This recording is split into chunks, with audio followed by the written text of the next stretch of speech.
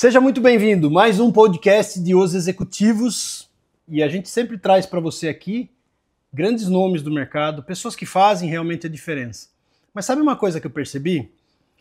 Muita gente assiste o podcast, mas vocês acabam esquecendo de clicar aqui e fazer a assinatura do canal para que a gente fique cada vez mais incentivado a trazer histórias importantes para você, para que você conheça executivos e tenha, com a história deles, muitos insights para desenvolver cada vez mais a tua carreira, porque a gente sabe, né? Muitas coisas a gente já sabe ou a gente já ouviu, mas às vezes a forma como a pessoa conta ou a forma como ela coloca muda completamente o sentido e o insight vem para a gente. Então, muito legal, importante que você compartilhe sempre, que você assine o canal para você receber sempre, toda semana, um novo episódio. Esse podcast é patrocinado pela DGA. DGA é uma empresa de contabilidade que tem foco nacional e internacional. Ela atua no Brasil e em mais de 10 países, inclusive com escritório nos Estados Unidos. A DGA faz BPO contábil, fiscal, folha de pagamento, BPO financeiro, faz planejamento tributário, planejamento sucessório e atua com multinacionais. É a empresa que você precisa para cuidar do teu negócio. E hoje a gente está aqui com o Ricardo, nada mais, nada menos do que o Ricardo Niemeyer. O Ricardo vai contar um pouquinho da história dele para vocês. A história dele, apesar do curto tempo de vida que ele tem, porque para mim ele é super jovem ainda, ele já tem uma carreira assim brilhante de vários feitos, de muita coisa que ele vem fazendo, que está fazendo hoje, e ele vai contar um pouquinho desse mundo, desse universo que ele atua hoje pra gente. Ricardo, muito bem-vindo, seja muito bem-vindo aos executivos. Obrigado por você estar aqui com a gente, ter aceitado o convite, de ter disponibilizado o teu tempo, você que é um executivo do mercado, e a gente sabe que a agenda de executivo é sempre muito concorrida, né? Então eu queria te agradecer imensamente por você estar aqui, por você poder bater esse papo com a gente e contar um pouquinho da tua história e de tudo aquilo que você aprendeu ao longo da tua carreira. Seja muito bem-vindo. Eu que te agradeço, Douglas. Obrigado aqui pelo convite para estar aqui nos executivos. Obviamente já assisti vários episódios super ricos aqui com gente, me sinto honrado de estar aqui nessa cadeira. E eu espero que hoje a gente possa aí tocar nos corações e nas mentes de algumas pessoas de uma forma bacana. Legal. Eu acho que você vai conseguir fazer isso, porque no bate-papo aqui nos bastidores, você já me impressionou, né? Com a forma como você enxerga as coisas, a forma como você encara, a forma como você lida com as situações da vida. Mas antes disso, Ricardo, eu queria que você contasse um pouquinho de você, né? Quem é o Ricardo? O que o Ricardo fez? Como é que o Ricardo vem construindo a tua carreira? Conta um pouquinho pra gente. Vamos lá. Bom, o Ricardo queria ser inicialmente psicólogo. Né? E aí, naquela reflexão de jovem adulto, ou no fim da adolescência, do que eu ia fazer, eu ficava pensando muito, né? Putz, mas psicólogo, será que vai dar... Eu vou encontrar a independência financeira que eu buscava? Será que eu vou ter possibilidade de emprego? E aí fui fazer algo parecido, que é a engenharia mecânica. Né? Eu era bom com número, eu tinha facilidade, e eu fui para um caminho de engenharia que me possibilitaria abrir várias frentes diferentes. E nesse processo, eu aprendi que o fato de eu me interessar por pessoas, eu nunca largaria isso pelo fato de eu seguir uma outra carreira. Né? E aí, se eu fizer um fast forward muito rápido aqui para 2013, entre empregos eu fui viajar por 3 meses pela Ásia, sozinho. Né? E eu tinha um lema que era buscar novas perspectivas de vida. Né?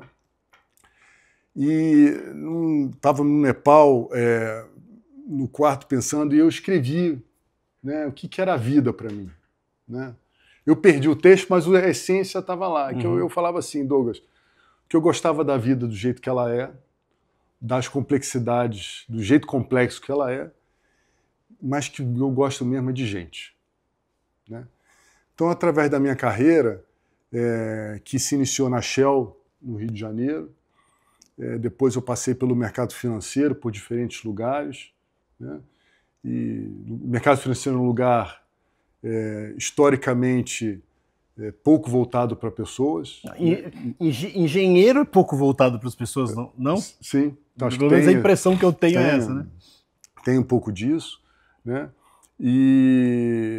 Mas eu pude, de um jeito, do meu jeito, né, sempre conquistar resultado através das pessoas e com as pessoas, né?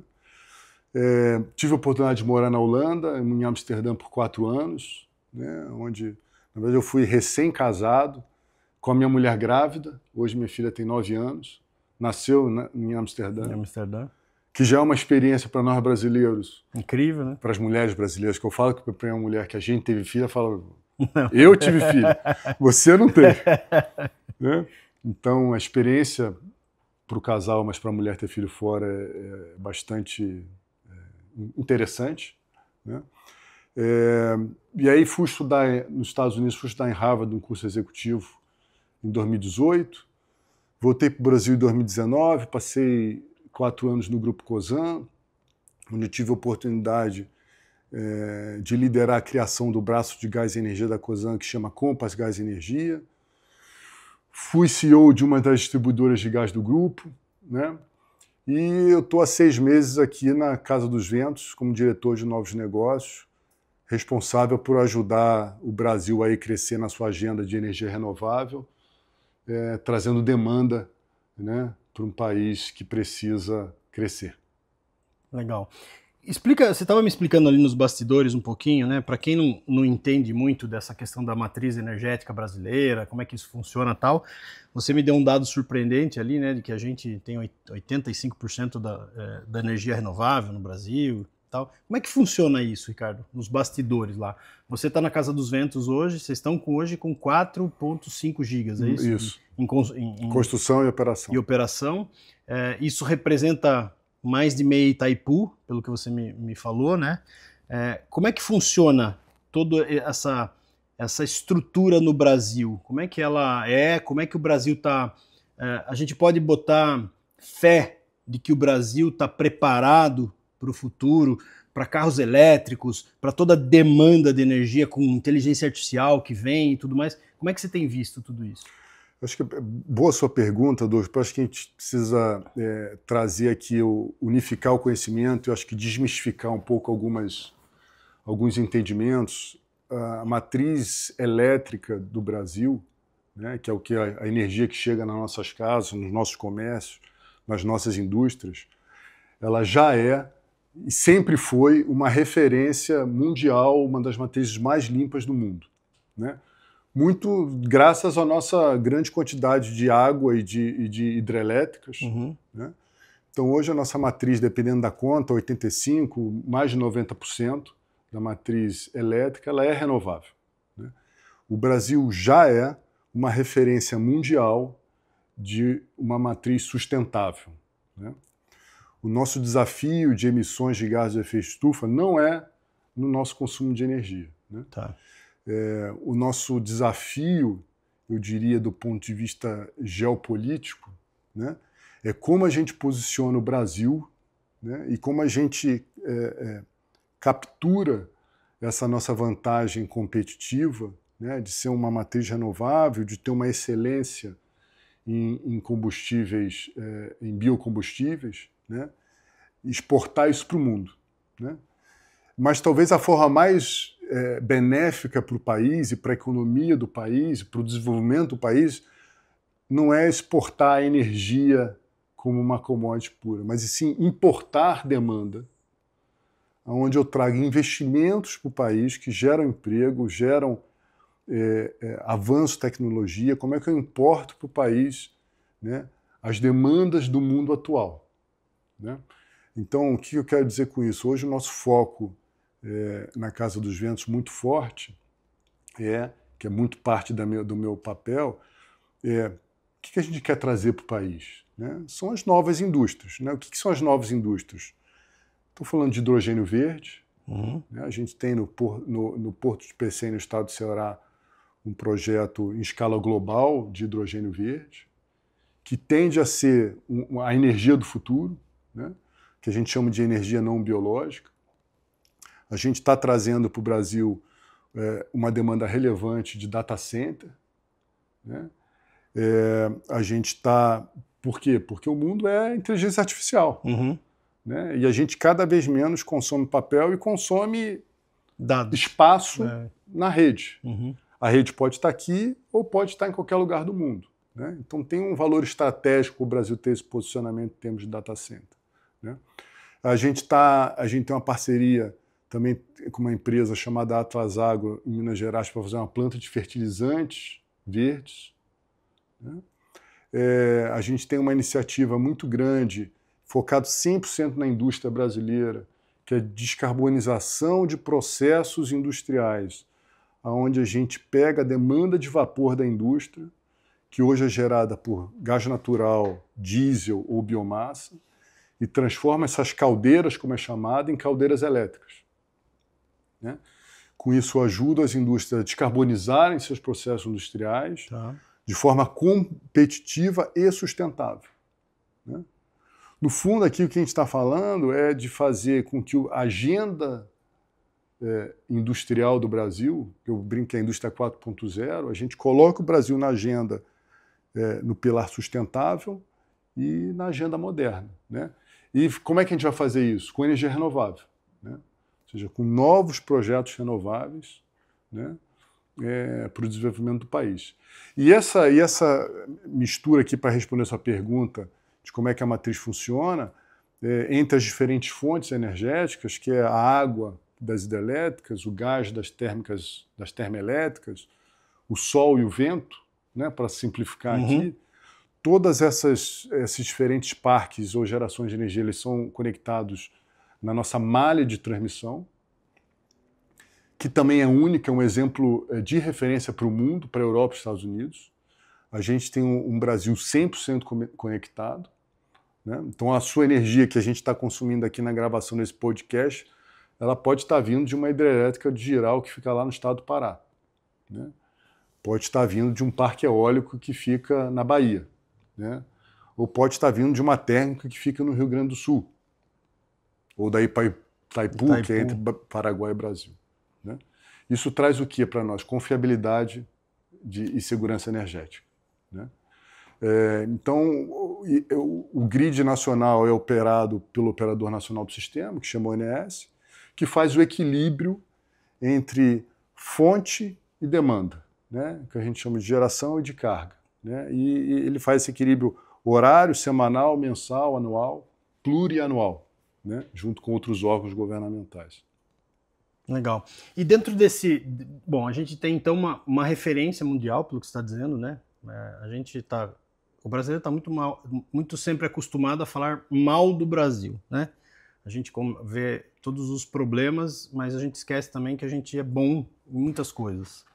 E uma das coisas, pelo que você está trazendo, é que esse sistema nosso é uma referência mundial, porque a gente tem o Brasil inteiro conectado numa única rede. Do ponto de vista político agora, nos últimos 20, 30 anos, né, qual que é o resumo que você faz em relação a políticas públicas, desenvolvimento, que nem você falou, a gente precisa trazer as indústrias agora para isso, né? A gente sabe que as indústrias, elas dependem muito da economia. A economia está atrelada à política, que está atrelada ao câmbio, que está atrelada a uma série de fatores.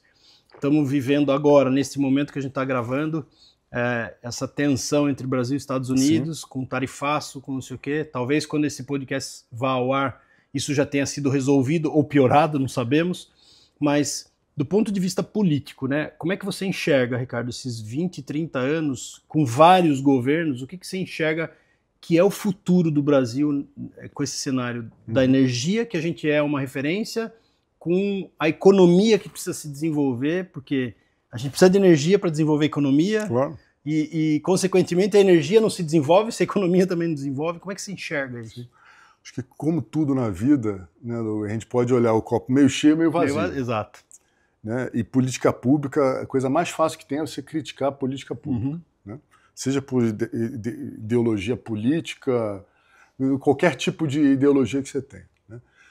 Mas acho que o Brasil foi feliz no seu processo de privatização do setor elétrico lá no final da década de 90. Né? Queira ou não, a gente está usufruindo dessa consequência, decisão governamental que foi feita desde então. E eu acho que a gente vem num processo de amadurecimento do nosso quadro regulatório. que tem desafios, mas eu acho que tem conquistas, né? Hoje, a gente tem uma medida provisória que foi assinada pelo governo há 60 dias, mais ou menos, que chama medida provisória 1300, depois uma sequência de medidas, que visa 3 coisas que eu acho que é importante, que vai na direção do futuro. Tá. Né? Acho que a primeira coisa é tarifa social. Por conta de como os encargos são distribuídos no Brasil, o governo vem com uma política muito forte, atualmente, de trazer energia de graça para quem precisa, né? Para, de fato, aquela população de baixa renda tem todas as regras como se enquadrar nisso, mas é gente que precisa, né? Então, eu acho que você traz uma isonomia para essa população.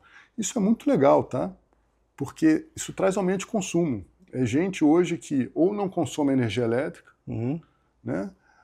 Ou consome e vai poder consumir um pouco mais, né? O segundo pilar é liberdade de escolha para o consumidor. A gente vem de um mundo, ou a gente está no mundo e caminha assim para ele, onde liberdade de escolha é um valor, né? Para a sua vida, em qualquer aspecto da sua vida. Você quer ter liberdade de quem você compra, de como você consome, aonde você mora, para quem você trabalha, aonde você estuda, com quem você se relaciona, né? E a gente tem as últimas etapas hoje na regulação brasileira, onde os consumidores, as grandes indústrias, eles já são livres para comprar energia de quem eles quiserem. Faltam os consumidores de baixa tensão, que a gente chama, que são os pequenos consumidores. Comércios, indústrias e nós, consumidores residenciais, né?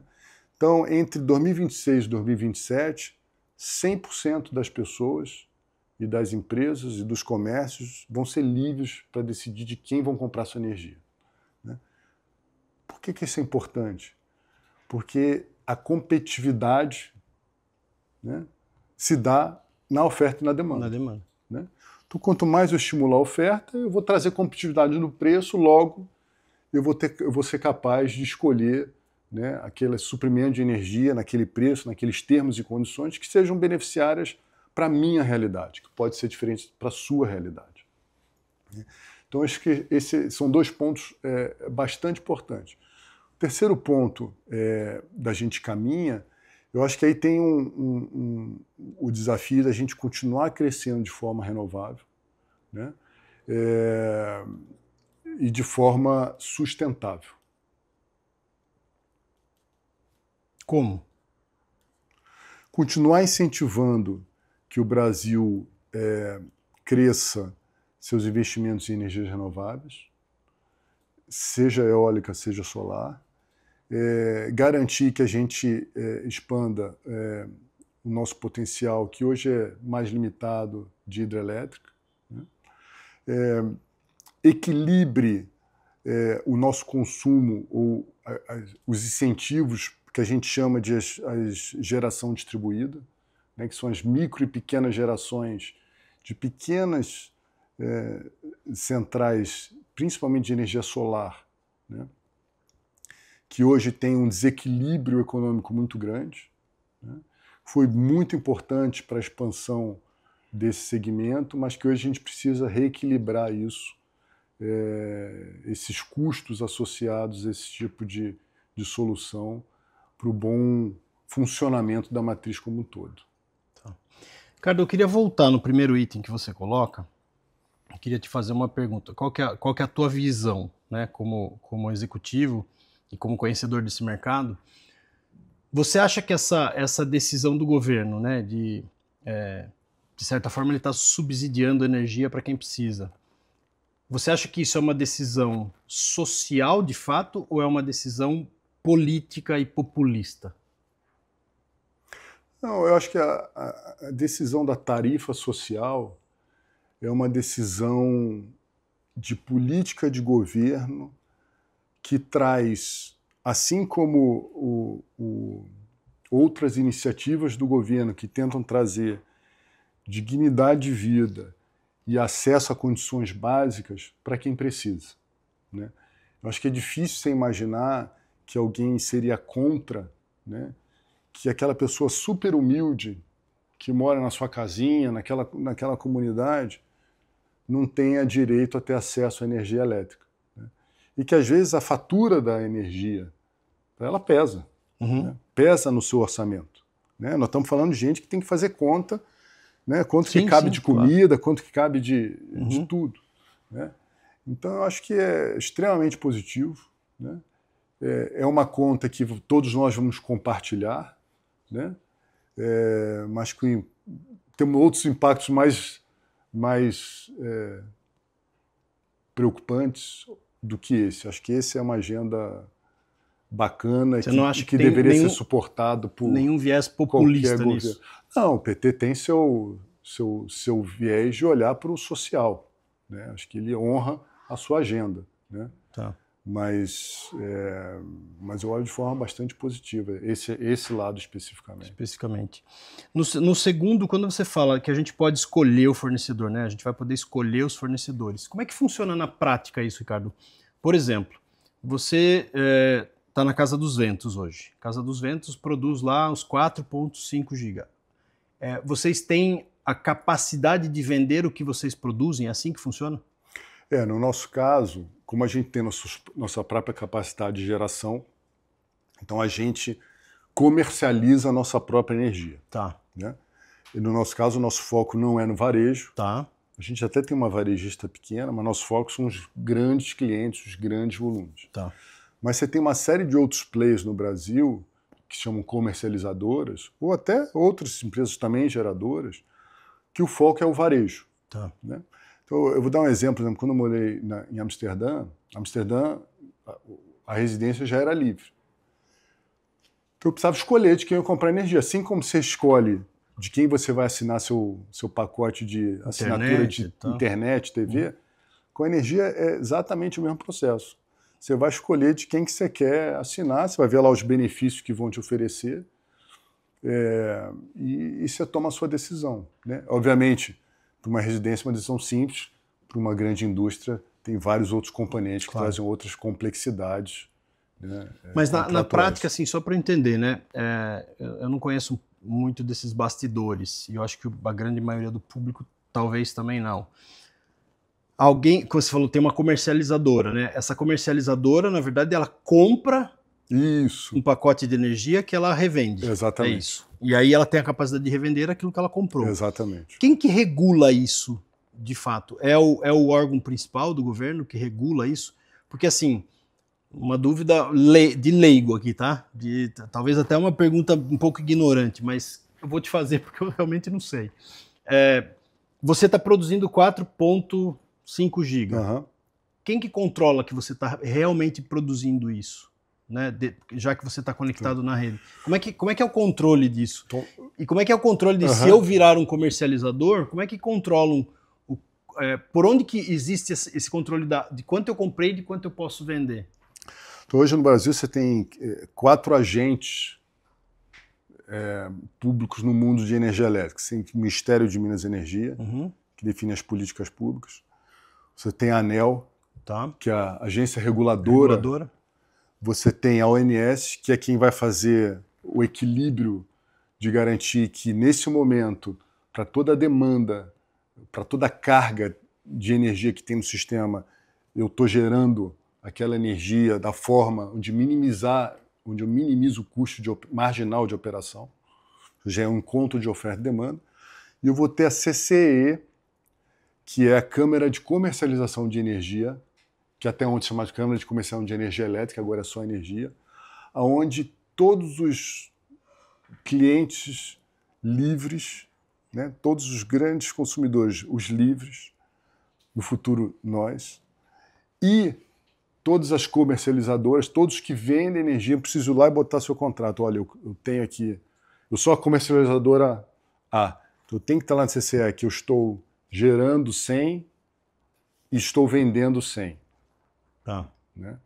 Então, na CCE, que é nessa Câmara de Comercialização, onde tem esse encontro, é uma bolsa, se eu puder simplificar aqui para o entendimento todo, é uma clearing, melhor que bolsa, é uma clearing. Onde eu tenho esse encontro de quem está vendendo com quem está comprando. Existe o risco, por exemplo, de um consumidor optar por uma comercializadora no futuro e ficar sem energia porque essa comercializadora vendeu mais do que poderia? Ou isso é muito difícil de acontecer por conta da clearing?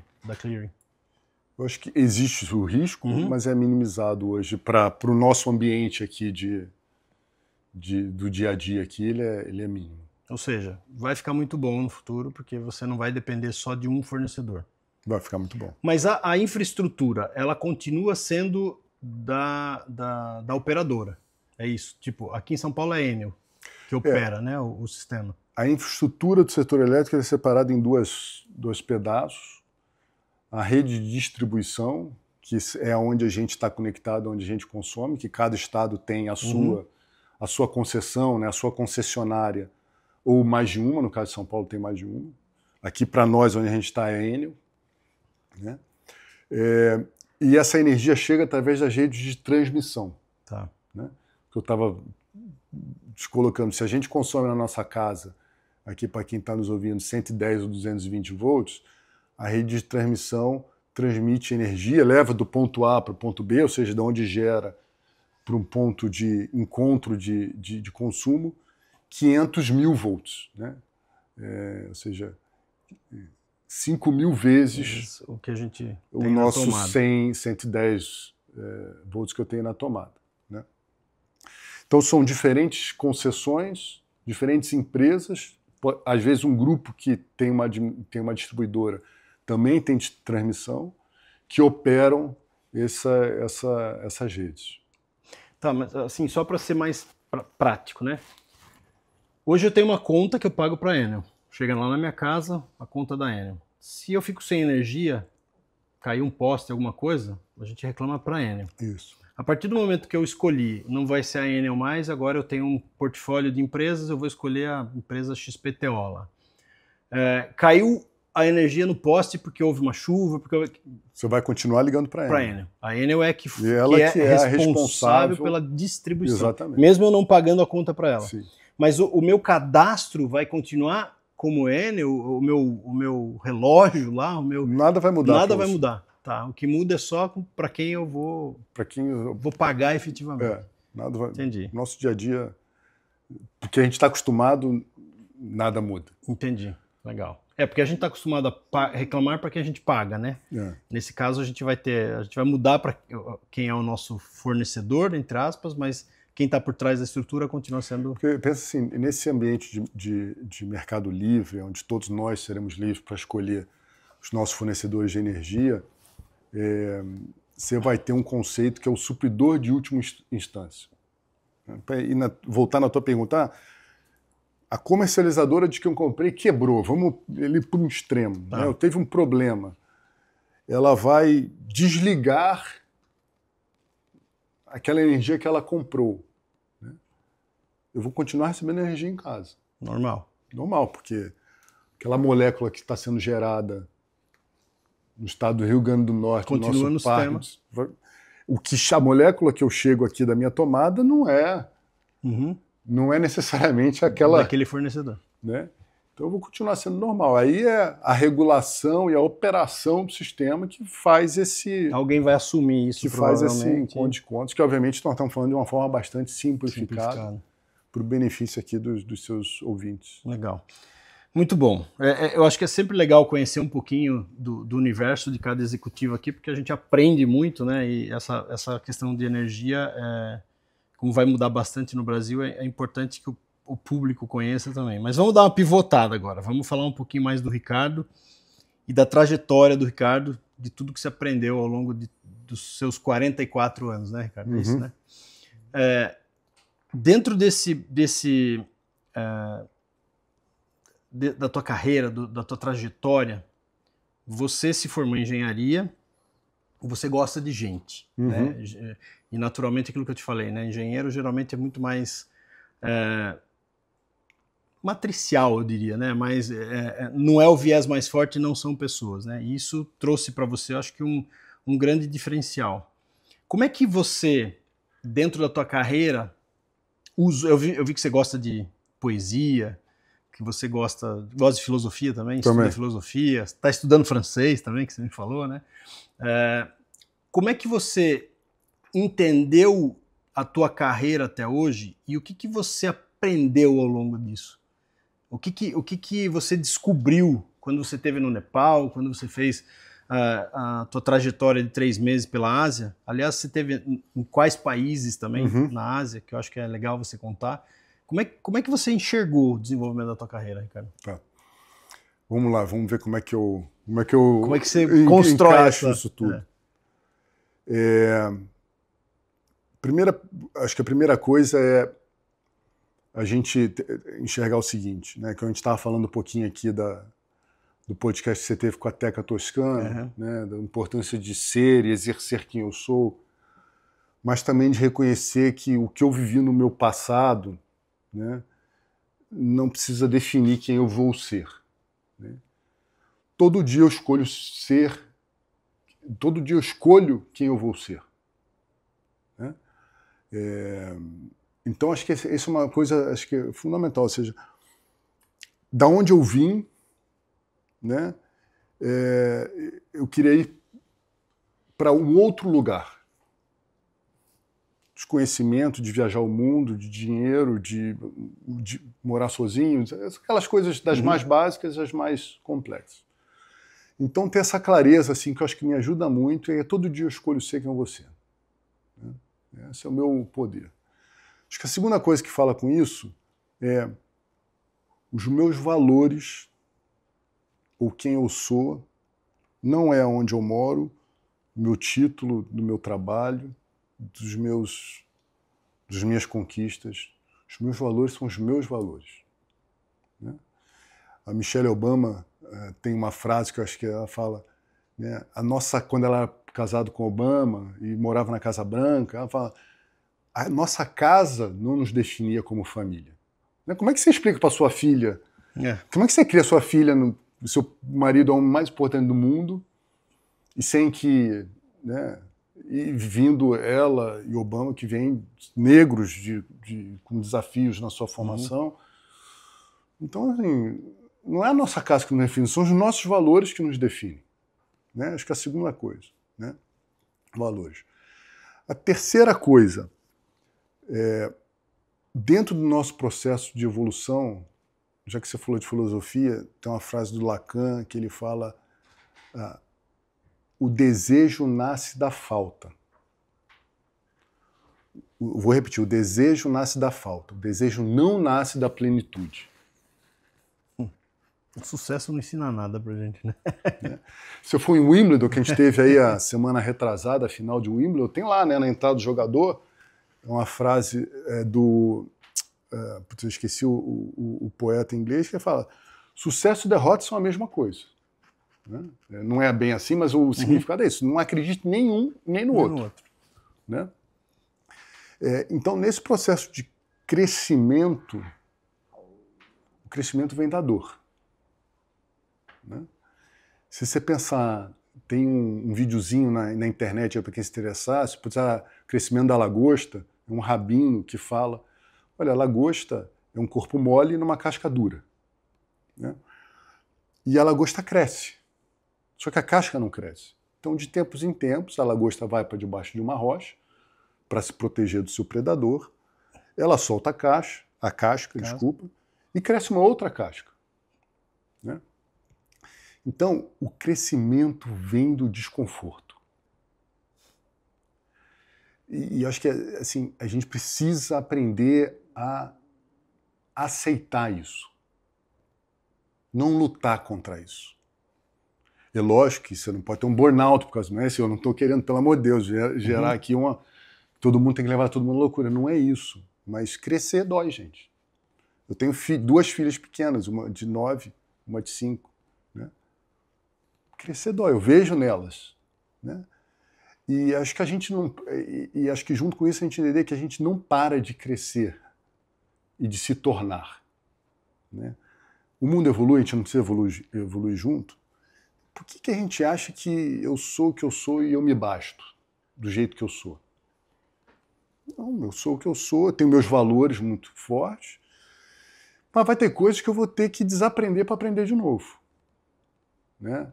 Então, acho que abraçar a oportunidade da pressão, do desconforto, como uma forma de crescimento, de sabedoria, eu acho que é uma terceira coisa, eu acho que extremamente importante na jornada pessoal e profissional de cada um, né?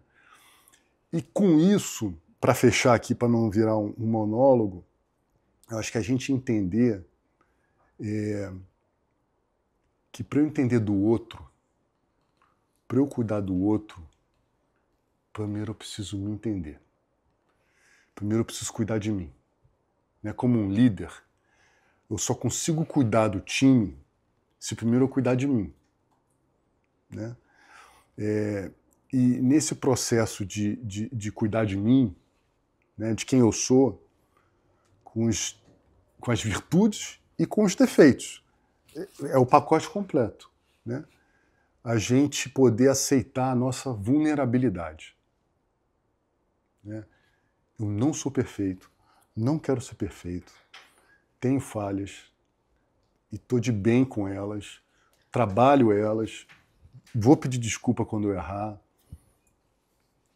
Eu não sou menos por causa disso. Mas em que momento que você consegue trazer a resiliência em todo esse processo? Porque assim, beleza, você está de acordo com as suas falhas e tudo mais, e assim, eu vejo que muita gente se conforma com essas falhas e por se conformar com essas falhas acaba perdendo a efetiva resiliência das coisas, né? A gente estava falando um pouquinho aqui nos bastidores sobre isso, né? Quer dizer, puta, outro dia você estava dizendo, estava com uma dor absurda, né? Fui na padaria, nossa, tive uma dor absurda e tive que enfrentar aquela dor e tal. Em que momento que você acha que... Porque o que eu vejo hoje, Ricardo, até quero dar um passo antes, né, nessa conversa. O que eu vejo hoje é assim, por conta da internet, a gente está vendo, das redes sociais e tudo mais, a gente está vendo um mundo diferente. Pelo menos eu, que sou da década de 70, eu estou vendo um mundo muito diferente. Né? Eu fui criado de uma maneira muito mais... vou dizer roots, mas uma maneira mais... com menos conflitos, talvez. Né? A gente se virava mais, a gente não se preocupava tanto com tantas coisas que a gente vê hoje crianças se preocupando. Né? Hoje a gente vê aumentando o índice de suicídio em criança, a gente vê essa questão da comparação na internet e tudo mais, e o que a gente se depara é que cada vez menos a população mais jovem se torna resiliente e por questão da ansiedade, por questão da comparação e tudo mais. Como é que você acha que a gente, ou o que você acha que a gente deve fazer, nós que somos de outra geração, para trazer um pouco mais de resiliência e um pouco mais dessa realidade, de que a vida é difícil, de que você vai enfrentar problemas e que esses problemas vão forjar aquilo que você vai ser no futuro. Como é que você, na prática, você faz isso no teu dia a dia executivo? Eu acho que primeiro a gente precisa, acho que, compreender assim, a geração, talvez a sua impactada, a minha também foi, eu nasci em 81, mas já também era uma geração comando e controle, eu mando, você obedeço, seja em casa, seja no trabalho, né? Você era criado para ter um emprego e esse era o seu emprego, para ter um relacionamento só, né? Era tudo fixo, né? E isso vem mudando drasticamente, ou já mudou drasticamente. Né? E com isso a gente precisa... A nossa resiliência era na força bruta, né? Era na pancada. Menino não pode chorar, rosa é para menina, azul é para menino. Né? Isso não é mais assim. Né? Dentro desse processo de... Eu tô... de líder de uma empresa, a gente precisa fazer uma mudança. Por quê? Porque precisa mudar, vai lá e você é obrigado a mudar. Né? Ninguém gosta de mudar. Né? Mudar dói. A gente acabou de falar, mudar dói. Dói diferente para as pessoas. E eu acho que nesse processo do nosso crescimento da geração antiga, um pouco da minha, eu acho que a gente não é boa referência para os nossos jovens funcionários, estagiários, trainees, analistas. E talvez nem sempre para os nossos filhos. Né? Eu não sei se a gente precisa se questionar, será que eu sou a melhor referência? Né? Não, para mim fazer uma autocrítica pessoal.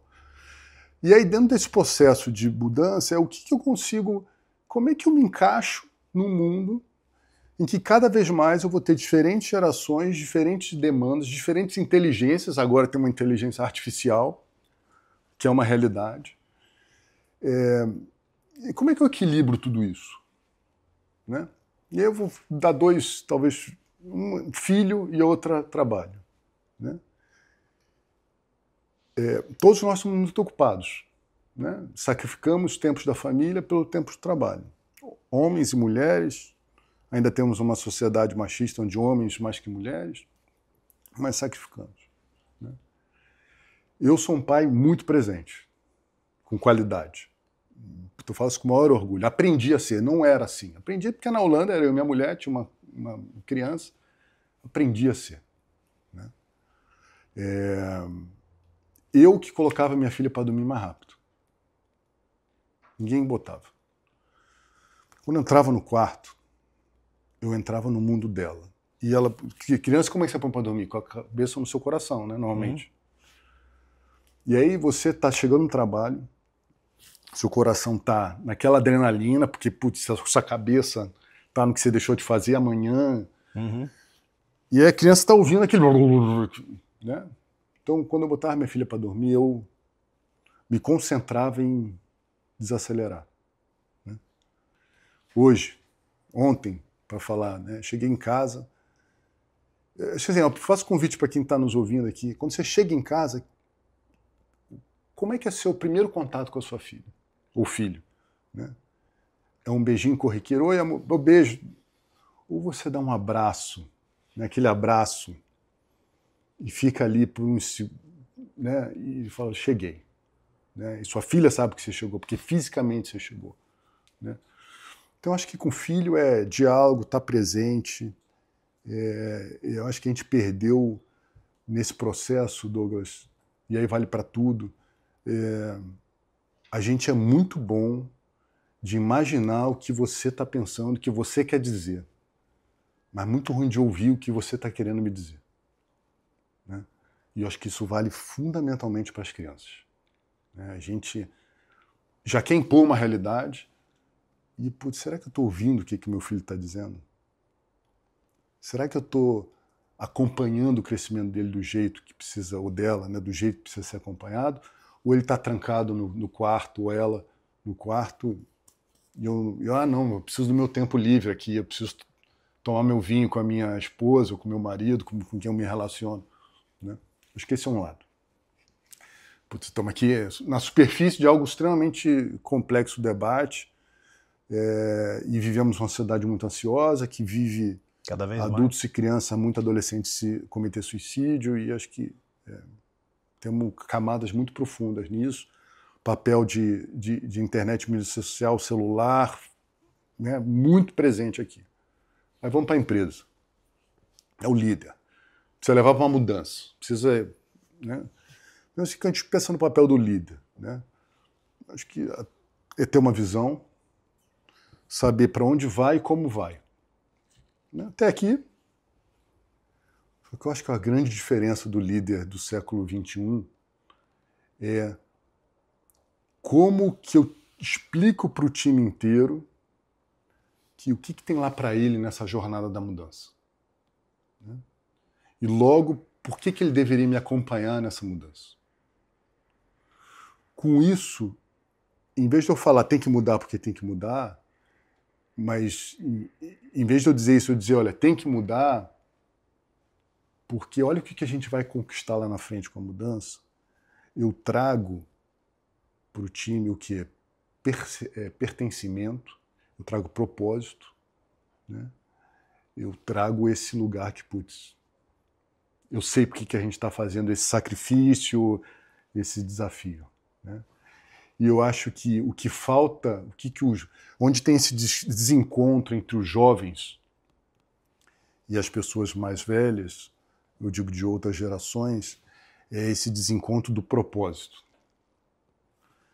Todo mundo quer ser relevante. Todo mundo gosta de se sentir pertencendo a alguma coisa, né? Mas muitas dessas pessoas, desses jovens, não conseguem se identificar, né? Então, acho que o nosso papel de líder é construir essa ponte. E por que não ouvi-los antes disso? Impor. Você acha que é o meio de comunicação que está falho? Porque assim, você fala da questão da referência, né? A gente não é uma referência, talvez a gente não seja uma referência ideal para os nossos filhos. Você não acha assim que aquilo que você desenvolveu ao longo da sua vida, né? Porque eu concordo com você, a gente foi doutrinado em comando e controle, né? Você obedece, eu mando, você obedece. Mas de certa maneira isso nos forjou e nos trouxe até aqui. Uhum. Eu, pelo menos, não sou. Eu sou muito grato aonde eu estou, aonde eu cheguei. E, naturalmente, a gente acha que a gente sempre tem mais razão, né? Porque do que o adolescente ou a criança, porque a gente passou por vários processos.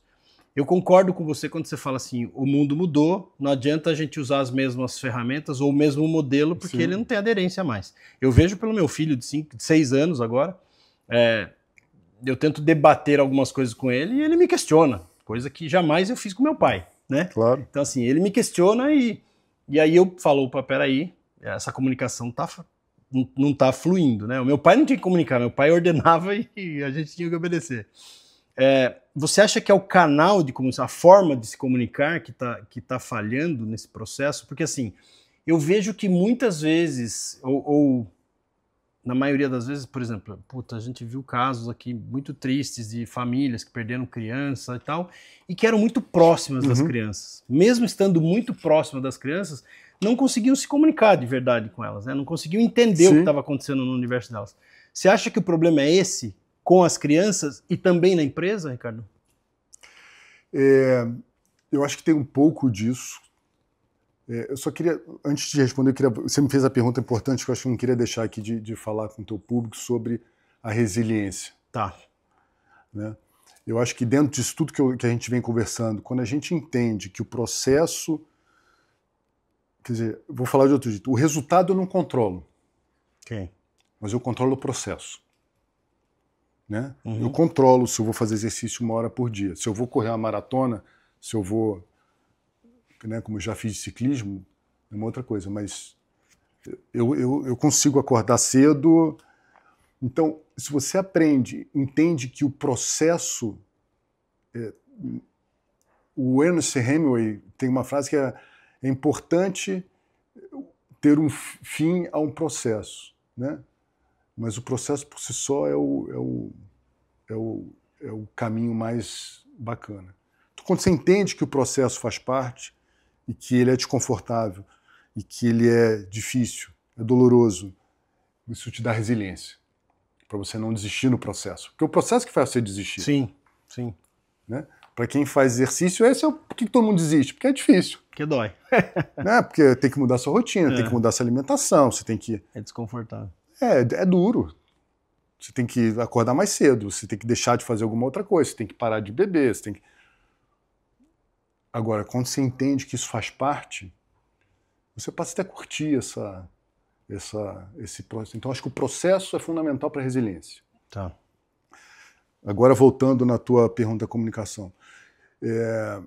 Eu acho que comunicação é uma coisa importante, mas eu acho que por que a comunicação é falha?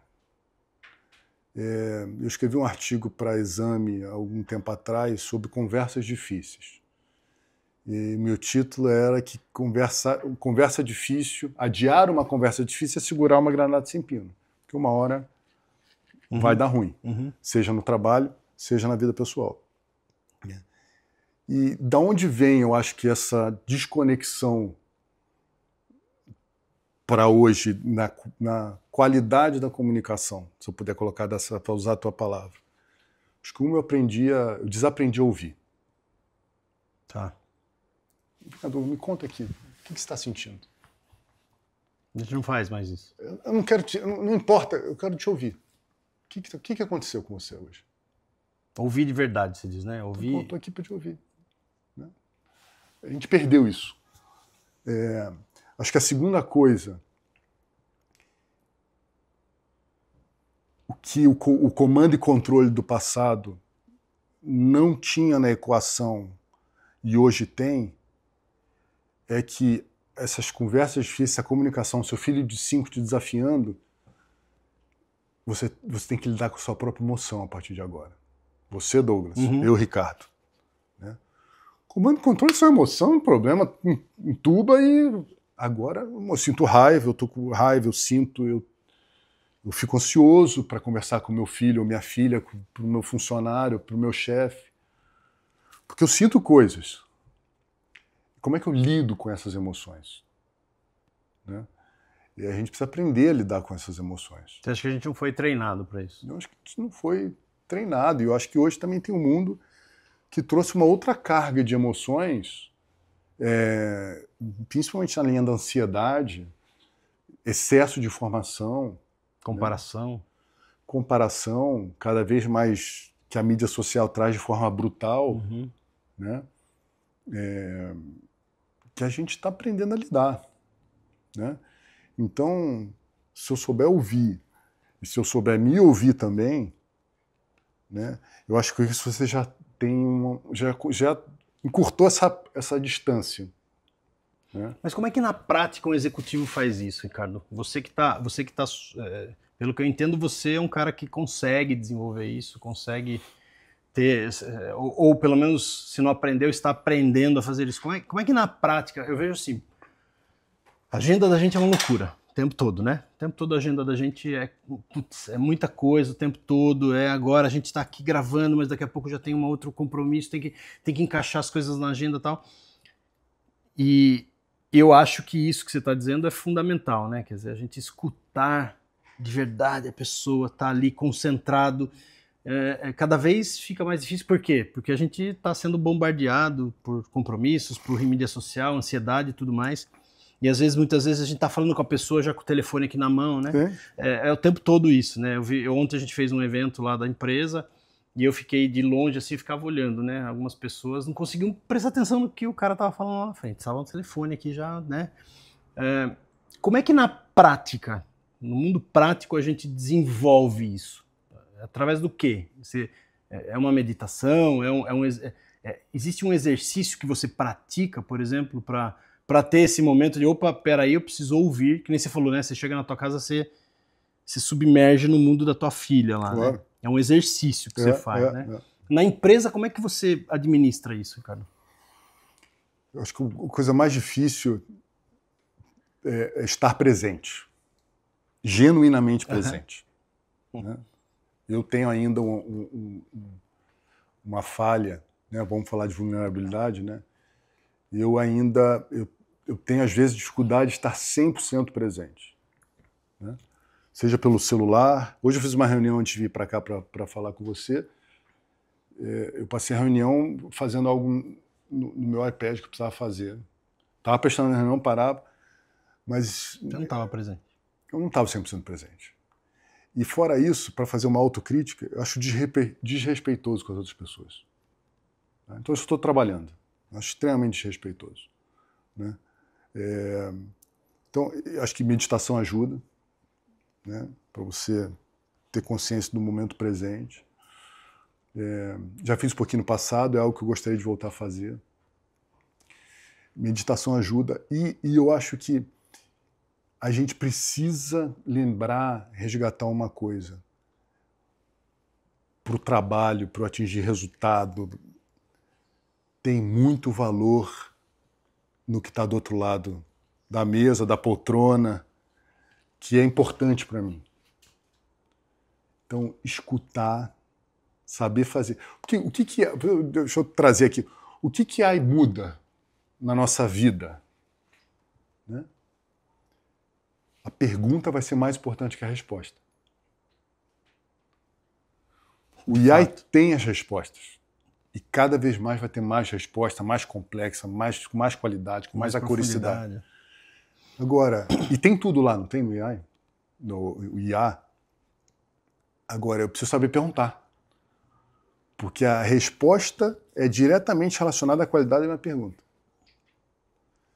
Isso me fez lembrar, quando eu estava lá fazendo esse curso em Harvard, em 2018, eu tinha uma turma de 80 pessoas.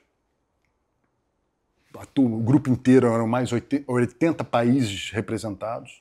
Os melhores professores do mundo de management. Estratégia, liderança, economia, o que fosse. Ali ficou muito claro para mim que eu ia extrair daquele curso, daquela turma, daqueles alunos, o que eu colocasse na mesa, em termos de pergunta e de... Porque o nível da resposta é adequado ao nível da minha pergunta. E ali estava uma IA à tua disposição. Ali era um mundo vivo, né? Mas eu acho que a AI hoje é isso, é sobre pergunta, não é mais sobre a resposta. Então a gente tem que saber perguntar, né? E engajar a turma para olhar para aquele pote de ouro, por que a gente vai chegar lá, o que tem de valor para eles lá, né? O que tem de valor para eles, não para a empresa. Né? A gente é bom de comunicar os valores da empresa, porque a empresa é importantíssimo, porque isso tem que trazer uma conformidade. Tem um lado da conformidade positivo, mas o lado antagônico da conformidade, eu tiro a diversidade, eu tiro a minha autonomia individual. Uhum. Né? Então eu quero fazer os dois, eu quero que você esteja cheio de si e que esse cheio de si você consiga se enxergar no meio desse grupo diverso de pessoas que tem uma série de regras e que tem um objetivo comum, que é um resultado financeiro, é o resultado que for. Então, mas para fazer essa projeção, eu concordo com você, eu acho que isso é cada vez mais necessário, né? E eu concordo muito com você, quer dizer, puxa, como é que eu, entre aspas, vendo esse projeto de futuro se as pessoas não se enxergarem lá dentro, né?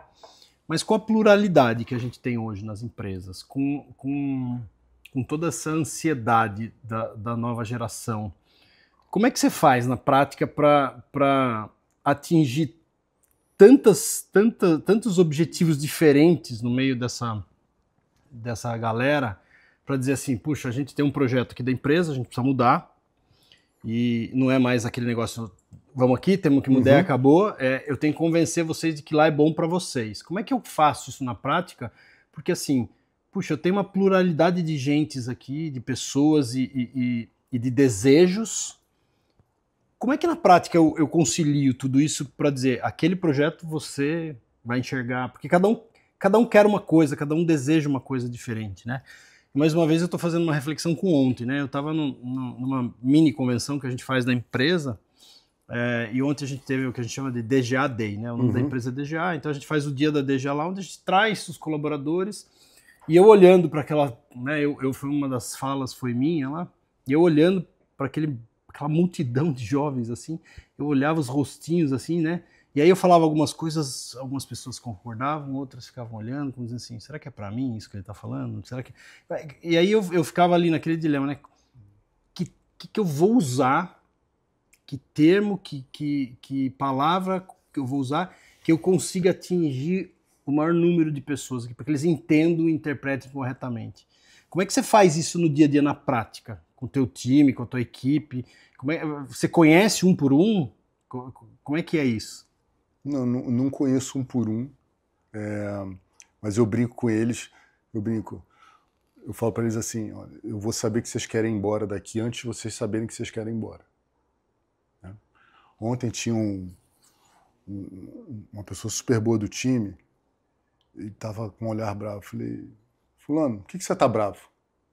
Ele falou, não estou bravo. Eu falei, não mente para mim, você está bravo. Cara, vai estar tudo certo.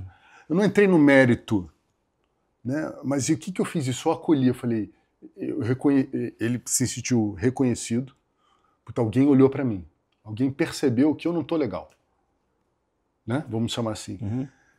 E falou ali, não dá para você entrar no mérito das questões de pessoa por pessoa. Como você não conseguiria entrar na cabeça de todo o teu time lá e falar, você entendeu, não entendeu? O que você gostaria aqui? Né? Mas com isso ele se sentiu, eu espero que ele tenha se sentido minimamente acolhido, que putz, o Ricardo olhou para mim e teve uma... Me percebeu e me deu uma palavra aqui de incentivo. Né? Ou seja, eu criei uma conexão com ele. Então acho que a gente precisa criar essas conexões. O que você fez na tua fala lá, na tua reunião da DGA, é isso. Você está querendo estreitar as mensagens que são importantes para o momento atual da empresa, de estratégia, de cultura, de tudo, para um grupo maior de pessoas. Né? Você não vai atingir 100% de forma igual, mas seus líderes têm o papel fundamental de pegar aquela mensagem e garantir, né, dos que reportam para você, dos que reportam para você, até chegar lá no estagiário, na pessoa mais júnior, né, que essa mensagem se cascateie de forma clara, né, com os ajustes necessários. E que acho que tem uma outra coisa que é importante, né? Você não fala para todo mundo do mesmo jeito. Uhum. Né? A mensagem precisa ser ajustada para o teu interlocutor. Né? Eu brinco, eu vou tenho o mesmo prazer de ir no melhor restaurante aqui de São Paulo ou de ir no Botequim, XPTO, mais simples possível. Eu extraio coisas diferentes desses lugares. Né? Eu não vou comer uma roupa aqui, eu não vou comer uma roupa aqui. Né? Eu não vou falar de Lacan aqui, eu vou falar de Lacan aqui, estou criando...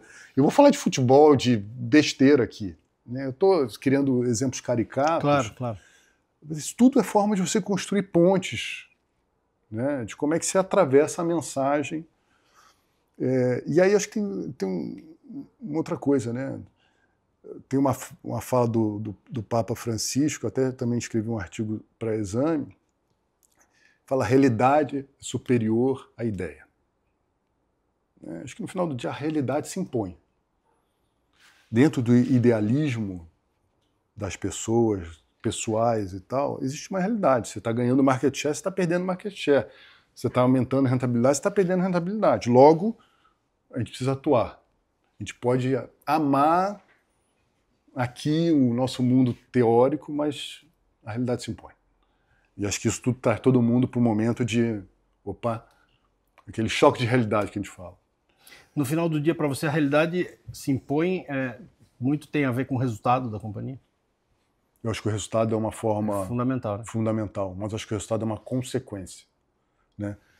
O resultado está no fim do todo demonstrativo de resultados por alguma razão, né? Porque ele é uma consequência de várias decisões que você toma, né? Desde como sua receita é gerada, você administra seus custos, você faz sua gestura de capital, imposto e etc.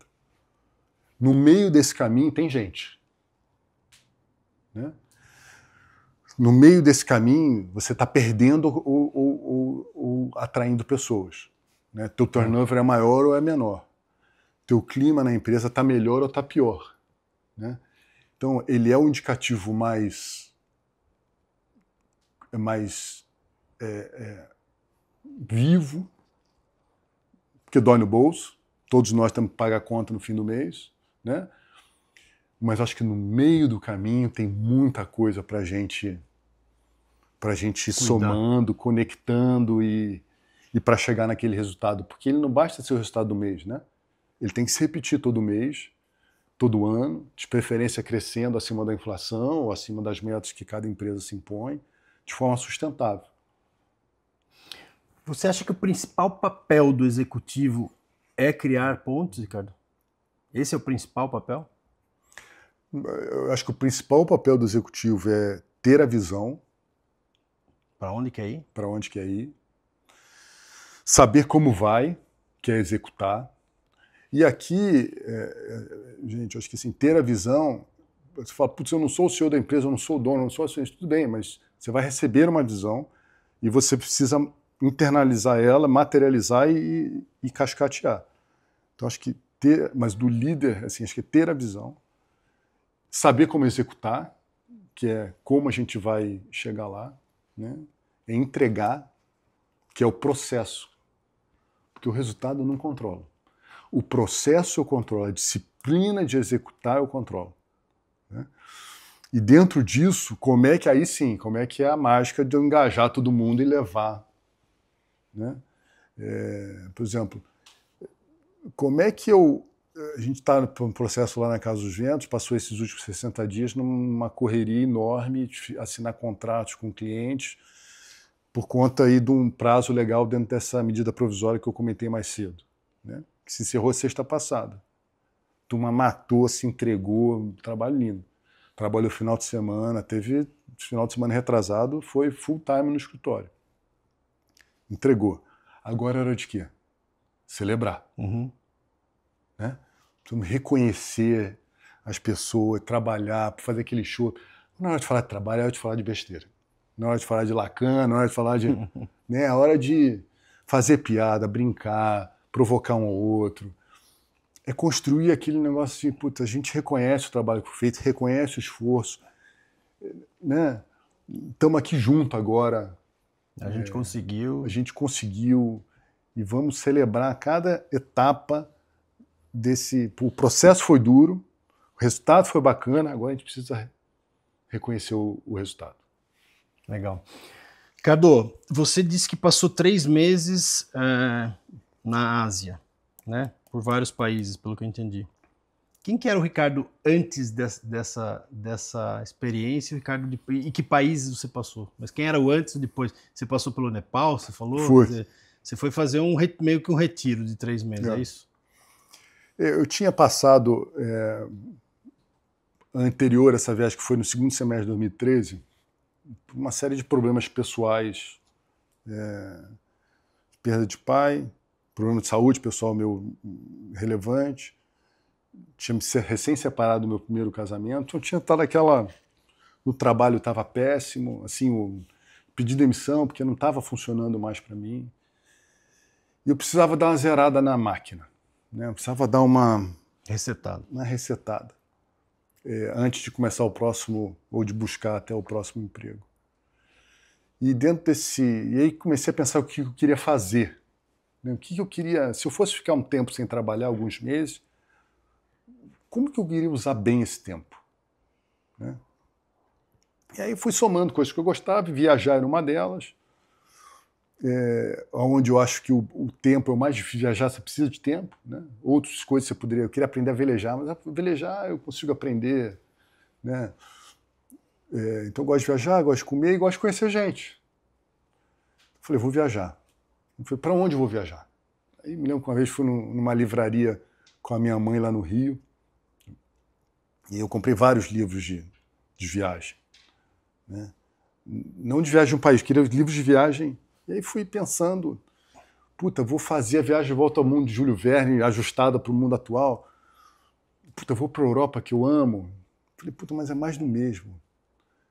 Vou para a Ásia, porque isso é o que tem mais distante da minha realidade. De novo, é a busca pelo novo, pelo diferente, é a busca pelo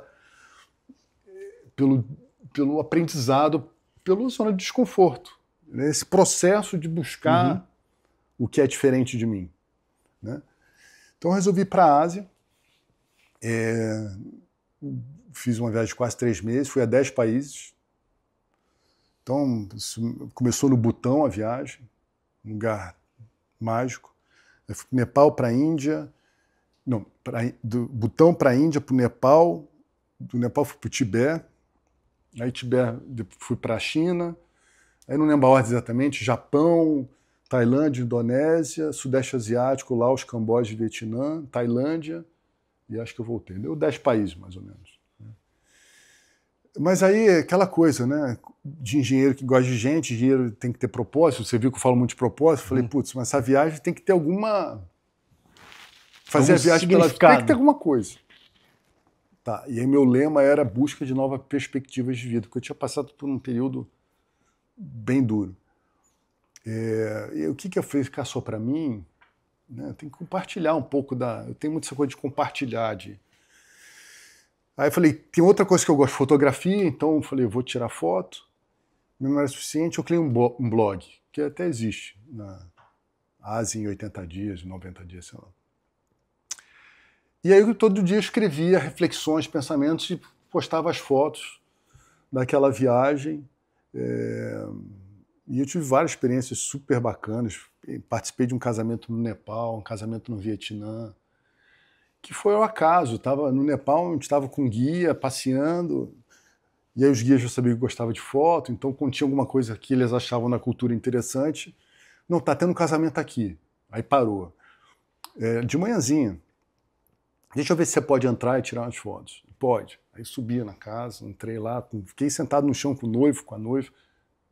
Não, com o noivo, a noiva estava fora, com a família.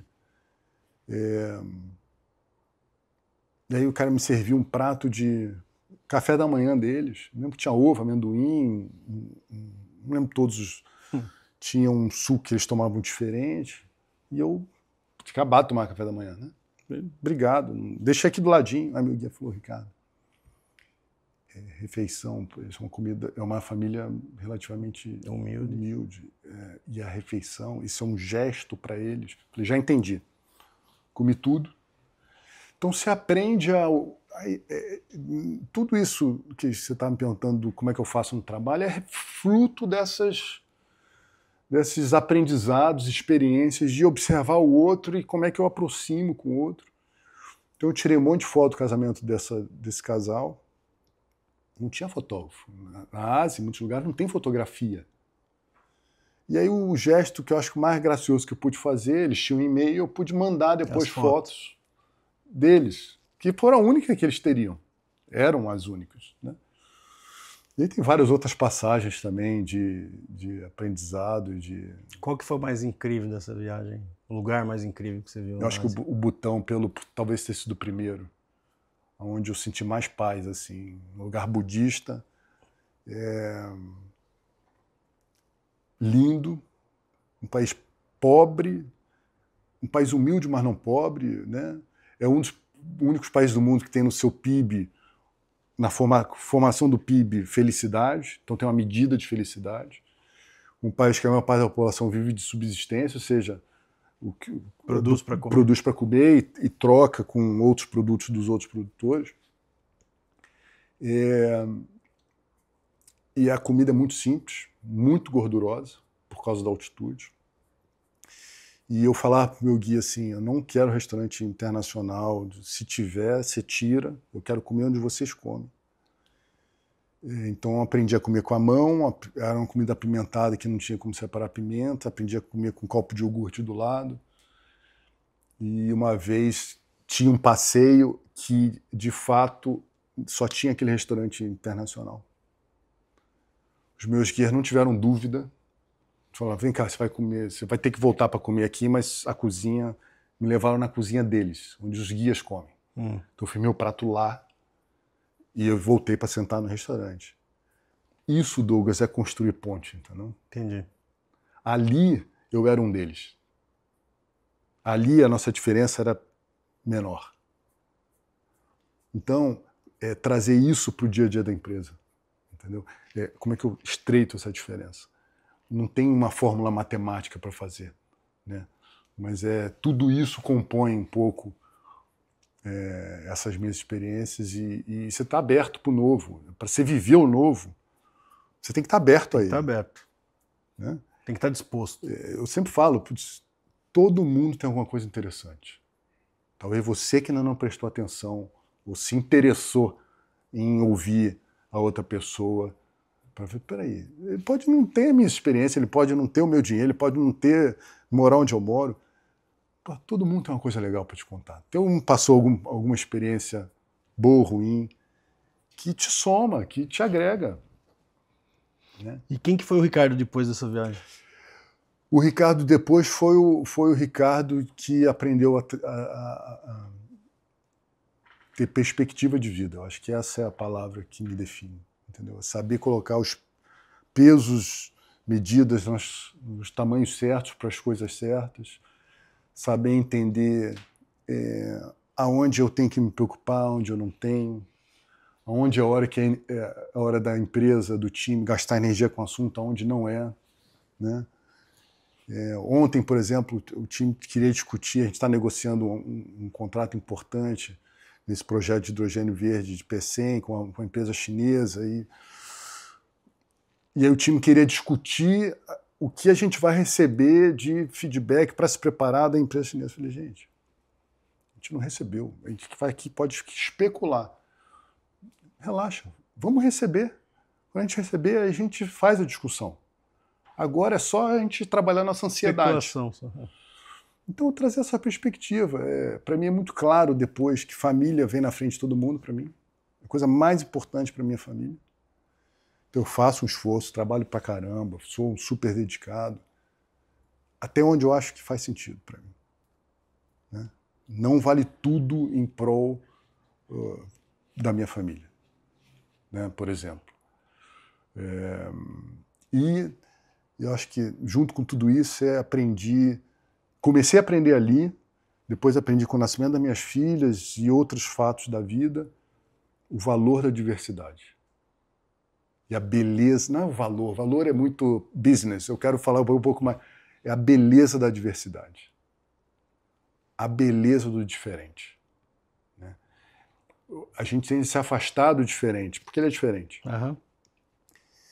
Mas tem a beleza daquele ser diferente de você, aquela pessoa fazer algo que você não consegue fazer. Fazer algo de um jeito que você não faz. Pensar de um jeito que você não pensa. Né? Isso, para mim, é fascinante. Né? A pessoa fazer uma escolha que você nunca faria. Né? Então, e isso você traz para a realidade da discussão de LGBTQIA+, e tudo isso. Né, para mim é uma... Eu comecei a aprender ali, com certeza, né, de admirar o diferente, de fazer as perguntas, de querer aproximar. Né? Eu nunca vou ser um chinês, eu nunca vou ser uma pessoa do Butão, eu nunca vou ser budista. Mas se eu puder que essa pessoa, que a gente se sinta que, putz, eu tenho respeito e interesse suficiente para que essa diferença se aproxime um pouquinho, e que a admiração que eu tenho pelo diferente seja uma forma dele também ter uma admiração de volta por mim. Né? Legal. Então, muito bom. Isso é construir ponte. Muito bom. Sensacional essa tua reflexão e essa tua forma de ver as coisas, né? De ver o mundo, de ver os negócios.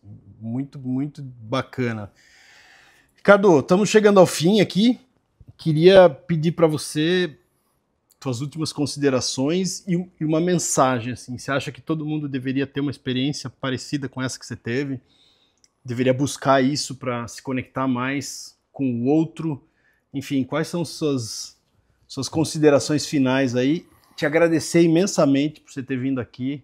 Né? Foi um enorme prazer ouvi-lo aqui e entender um pouquinho de como que você é um grande executivo, enxerga as coisas, enxerga a vida, enxerga os negócios, como é que você concilia essas coisas, né? Porque tem que dar resultado, como você falou, e a gente vai buscar os resultados, claro. E é isso, mas ao mesmo tempo a gente pode conciliar, né, o ser humano, a conexão de tudo isso, sensacional. Não, acho que antes da mensagem, eu queria primeiro agradecer a você, Douglas, pela oportunidade, a Juliana que está aqui atrás, que fez o convite, teu time aqui que está né, nos bastidores desse podcast, que são pessoas extremamente importantes que a gente não vê na câmera, a gente tende a esquecer de agradecer.